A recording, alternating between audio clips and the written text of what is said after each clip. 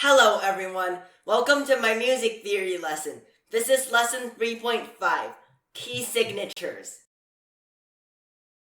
In today's lesson, I am going to show you what key signatures are and how to identify any key signature in under 3 seconds. I am also going to show you what parallel and relative keys are. A key signature is a set of sharp and flat signs placed together on the staff. Key signatures are used to indicate the key of the piece. A key signature shows all of the sharps or flats in the scale that it represents. For example, the key signature for E flat major has 3 flats, B flat, E flat, and A flat, because its scale, which is E flat, F, G, A flat, B flat, C, D, E flat, has 3 flats.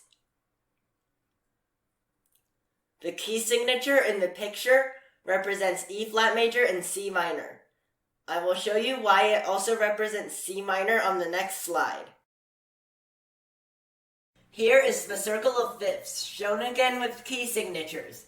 Each key signature, which represents a certain number of sharps or flats, represents 2 keys, one major on the outside and one minor on the inside.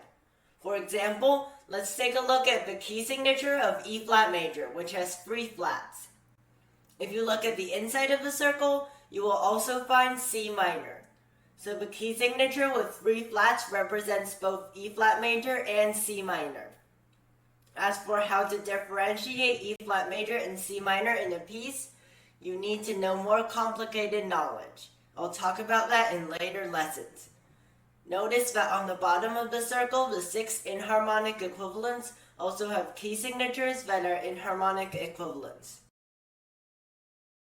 Now, let's talk about the placement of key signatures. At the beginning of a piece or movement, there will always be a key signature. It is placed after the clef and before the time signature. The key signature is placed after a double bar line if there is a key signature change in the middle of a piece. As shown in the picture, the beginning has the clef, then the key signature, and then the time signature. The beginning of the second line has the clef and then the key signature. When the key signature changes on the second line, there is a double bar line before the new key signature. Sharps and flats in key signatures affect all notes throughout the piece or until the key signature is changed. Accidentals still have their usual meanings. The key signature in the first measure is F sharp major or D sharp minor. The first note is G sharp because of the G sharp in the key signature. The second note is G flat because the flat used lowers the note by a half step from its normal pitch. The third note is an A sharp because of the A sharp in the key signature. The last note in the first measure is an F sharp because of the F sharp in the key signature. Notice that the key signature changed to E flat major C minor in the second measure, so the F sharp major, D sharp minor key signature does not affect anything in the second measure. The first note in the second bar is an F. The F sharp from the previous measure does not affect anything in this measure. The second note in the second measure is an E natural because the natural cancels the flat in the key signature.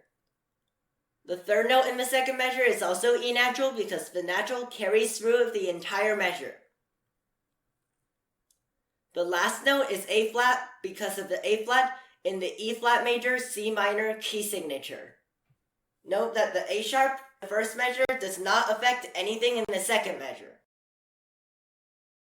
The order that you write sharps in a key signature is F, C, G, D, A, E, B. The order that you write flats in a key signature, which is B, E, A, D, G, C, F, is backwards of the order of sharps. Parallel keys are a major and minor key that have the same tonic. For example, B major and B minor are parallel keys because they have the same tonic, B. Relative keys are a major and minor key that have the same key signature. The tonic of the major key is the mediant of the minor key. For example, D major and B minor are relative keys because they both have two sharps and share the same key signature. The tonic of D major, which is D, is the mediant of B minor. Using the circle of fifths is a good way to start understanding and identifying key signatures, but the best way to be fluent with all 15 key signatures, which each represent two keys, is to practice. Let's try it on the next slide. Name the key signature. F sharp minor and A major. Name the key signature.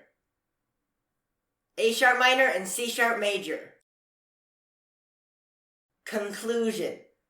Key signatures represent the key of a piece or movement.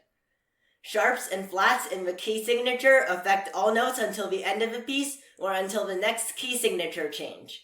For more practice, please download my Music Theory app.